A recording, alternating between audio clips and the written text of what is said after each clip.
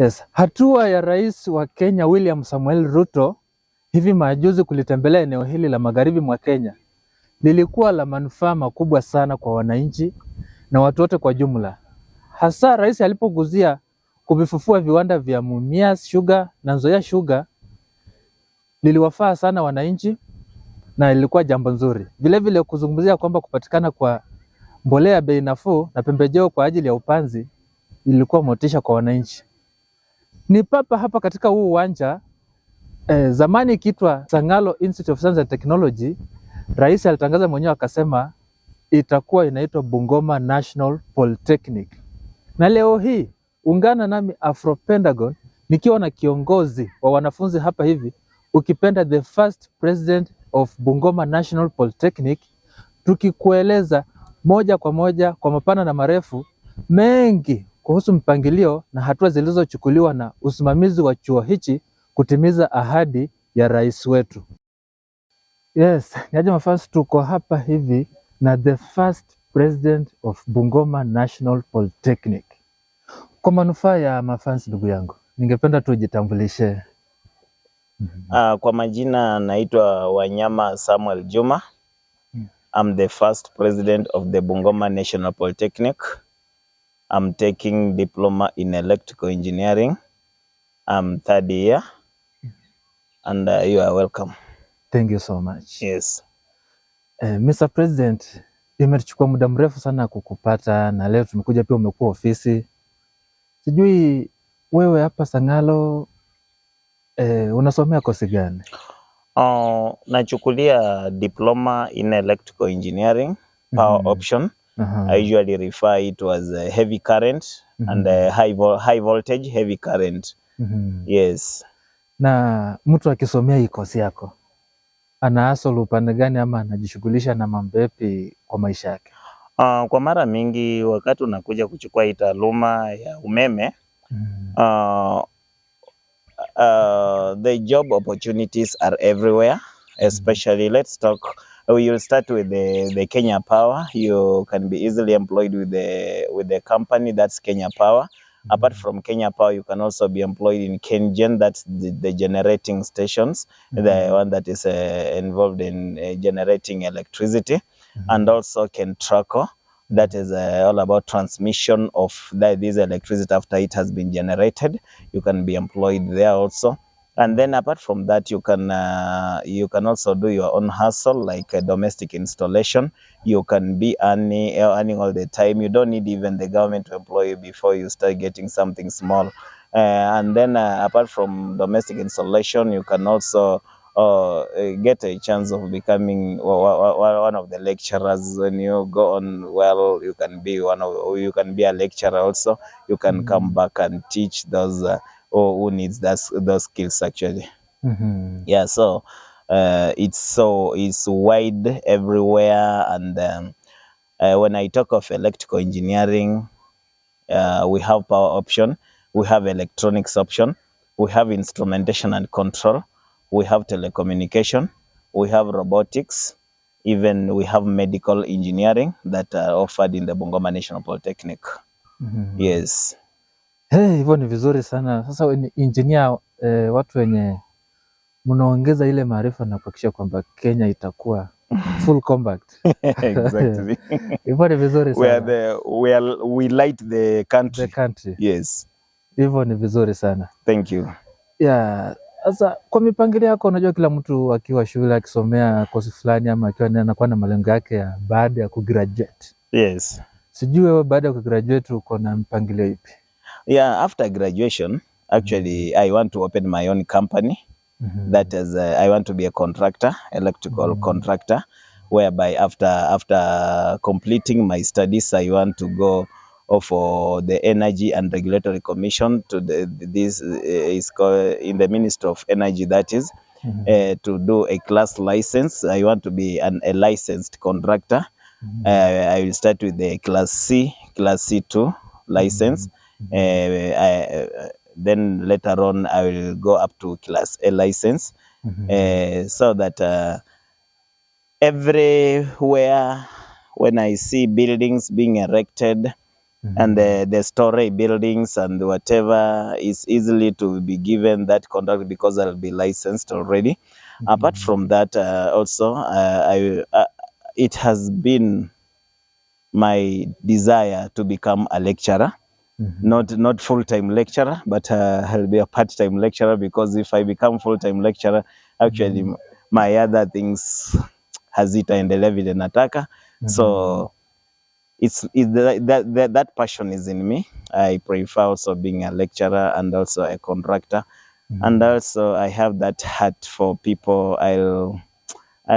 I'll also open up my own institution so that I can manage it, but I can't leave politics. Wow. We'll be coming to that. Yes. Mr. President, wengi walikuwa wamezoea kuita chuo hichi ya Sangalo Institute of Science and Technology, lakini kwa saizi hivi kimebadilishwa jina. Yes. Na saizi hivi kinatambulika kama Bungoma National Polytechnic. Yes. Sijui kwa manufaa ya watu wanaokutufuatilia, unaweza tupa tu historia kiasi ya Bungoma National Polytechnic? Okay. Yeah, this institute started in the year 1924 as the veterinary center. The reason as to why Sangalo Institute was referred to as the Center of Excellence in Agriculture, it started as a veterinary center, whereby it actually based on the veterinary side. Those, I think you understand when I talk of the veterinary, those who had animals, they used to get some help from this institution. Later on, the year 1993, it was the land that had been given to Sangalo or by the person called Sudi Namachanja, who donated this land. It was 610 acres that he donated to this institution. Then 1993, it was given to public, and it was renamed as Sangalo Institute of Science and Technology. Now, having gotten that name as the Sangalo Institute of Science and Technology, it's now started offering different courses in this institute. Example, the general agriculture itself. As we started with the general agriculture itself, we now move to business courses. From business courses, we move to mechanical engineering, and then later on, ICT took also. They started taking diploma, certificate, and those levels in ICT, that's information technology, and then the social work, liberal, electrical engineering, the food and beverage, name them. Very many courses we have up to now. We have almost 48 courses that are being offered in these institutions. Apart from all those courses that I've mentioned, we also have short courses that are being offered in this institution up to the higher level.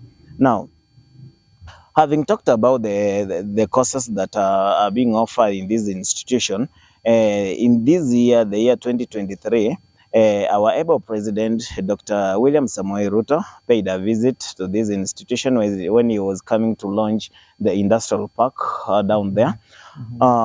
He actually recognized this institution, and he promised us a lot that he's going to do some to do some roads here, making some, let me talk of infrastructure. Actually, he's going to improve on that.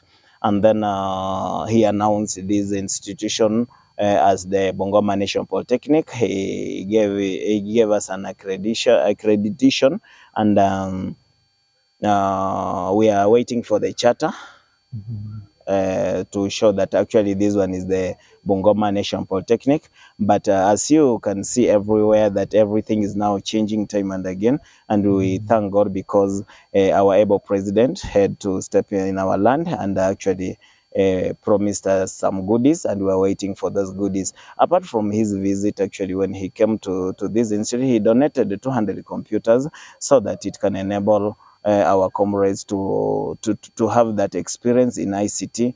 In most cases, we usually see when someone can finish his course here in in this institute. When you go outside, even just applying online for a job, it becomes a problem because you don't have those skills of applying through the computer. You go seek help from somewhere else. But I thank through our able president, and in conjunction with the Dr. Rosbella Chuku, who is our chief principal, our able madam, they have created a student center whereby all the students, any student will be willing to access those all those computers, to go work there, to go do their own things. Actually, they can learn a lot when they are there.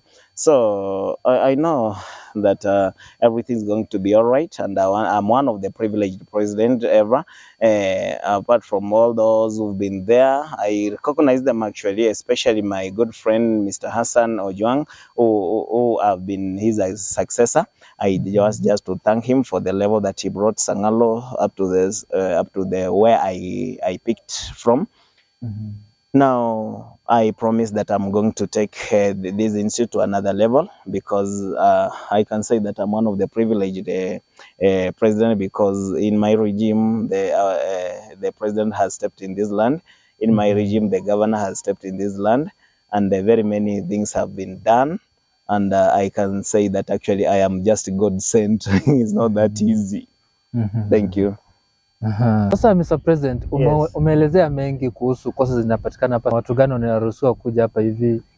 Sijui unaweza eleza wazazi hapa nje na mavijana wenye wangependa kuja hapa, ama wengine tu kupata habari, fees ama malipo ya mtu yeyote kuja kusoma hapa kwa kosa mbalimbali inakuwa aje? Upande wa school fees, actually kwangu mimi naona it's affordable. Na mzazi yoyote anaweza aka afford kuleta mtoto wake hapa hivi, kwa sababu hii fees inalipwa in 2 bits. The old fees ilikuwa 56,420.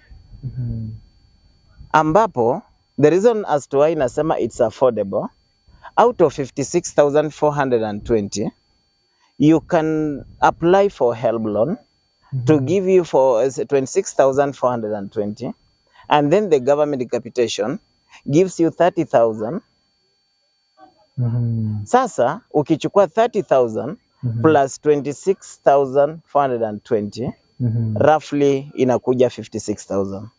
So the only amount that you are supposed to pay here, it is the exam fee. Kwa hivyo mzazi una jukumu la kulipa tu sasa examination fees, ambapo sioni haja ni kudanganye ya kwamba inapita hata 15,000.